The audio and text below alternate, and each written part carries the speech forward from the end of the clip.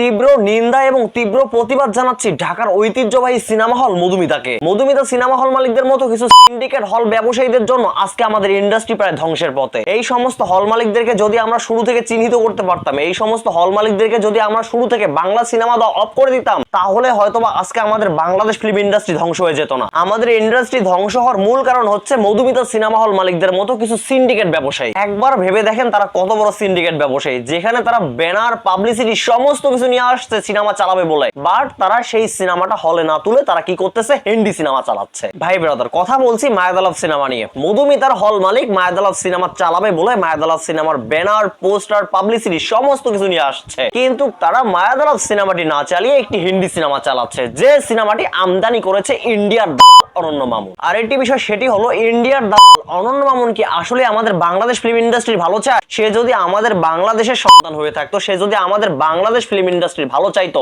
তাহলে সে কোনোভাবেই হিন্দি সিনেমা নিয়ে আসতো না বাংলাদেশে। অনন্য মামুন, আপনি কি করতেছেন? বাংলা সিনেমার ক্ষতি করে হিন্দি সিনেমা হলে চালাচ্ছেন, হিন্দি সিনেমা আমদানি করতেছেন। আর আপনি দিন শেষে বড় বড় ডায়লগ দেন যে আপনি ইন্ডাস্ট্রির কথা চিন্তা করতেছেন, আপনি ইন্ডাস্ট্রির কথা চিন্তা করতেছেন জন্য প্যান ইন্ডিয়ার মতো বড় বড় সিনেমা বানাচ্ছেন। আরে ভাই, আপনি যদি ইন্ডাস্ট্রির কথা ভাবতেন, আপনি যদি বাংলা সিনেমার কথা ভাবতেন, তাহলে আপনি কোনোভাবে বাংলা সিনেমার ক্ষতি করে ইন্ডিয়ার সিনেমা আমদানি করতেন না বাংলাদেশে। আর আপনার মতো দালালের সঙ্গে যুক্ত আছে মধুমিতা সিনেমা হলের মতো কিছু সিন্ডিকেট হল ব্যবসায়ী। তো যাই হোক ভাই ব্রাদার, আবারও ফিরে আসি মায়াদালাভ সিনেমার প্রসঙ্গে।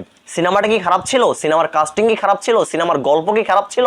সিনেমার লোকেশন কি খারাপ ছিল? যদি সিনেমাটা সব দিক থেকে পিছিয়ে থাকতো তাহলে তো অবশ্যই সিনেমাটার নেগেটিভ রিভিউ আসতো। বাট এখন পর্যন্ত মায়াদালাভ সিনেমার কয়টা নেগেটিভ রিভিউ আসছে? এই সিনেমার নেগেটিভ রিভিউ তো নাই, বরংস গত ঈদ উল ফিতরের শ্রেষ্ঠ সিনেমা ছিল মায়াদালাভ সিনেমাটি। এত ভালো গল্পের সিনেমা, এত ভালো মেকিং এর সিনেমা, এত ভালো কাস্টিং এর সিনেমা, তাহলে সেই সিনেমা নিয়ে কেন আপনারা এইভাবে পলিটিক্স করতেছেন? একটা ভালো গল্পের সিনেমা, একটা মানসম্পন্ন সিনেমা যদি ইন্ডাস্ট্রি থেকে খসে পড়ে যায়, তাহলে ইন্ডাস্ট্রির কত বড় ক্ষতি হবে, এটা কি আপনারা একবার ভেবে দেখেছেন? এই মায়াদালাভ সিনেমা নিয়ে কম কাহিনী আর হয় নাই। সিনেমার শুটিং এর শুরুর দিন থেকে শুরু করে সিনেমা রিলিজের দিন অবধি কম কাহিনী হয় নাই এই সিনেমাটি নিয়ে। আর ঈদে যখন সিনেমাটি রিলিজ করা হলো, তখন আপনারা কি করলেন? সিনেমাটি নিয়ে পলিটিক্স করলেন। পলিটিক্স করে বড় বড় হল থেকে বঞ্চিত করলেন মায়াদালাভ সিনেমাকে। শুধু বড় বড় হল নয়, স্টার সিনেপ্লেক্স থেকেও বঞ্চিত করলেন এই মায়াদালাভ সিনেমাকে। আচ্ছা যাই হোক, ঈদের কথা ছেড়ে দিলাম। ঈদ হবার প্রায় 2 মাস হয়ে গেল। 2 মাস পর মায়াদালাভ সিনেমা এখনো দেশের বিভিন্ন প্রেক্ষাগৃহে দাবিয়ে বিজনেস করতেছে।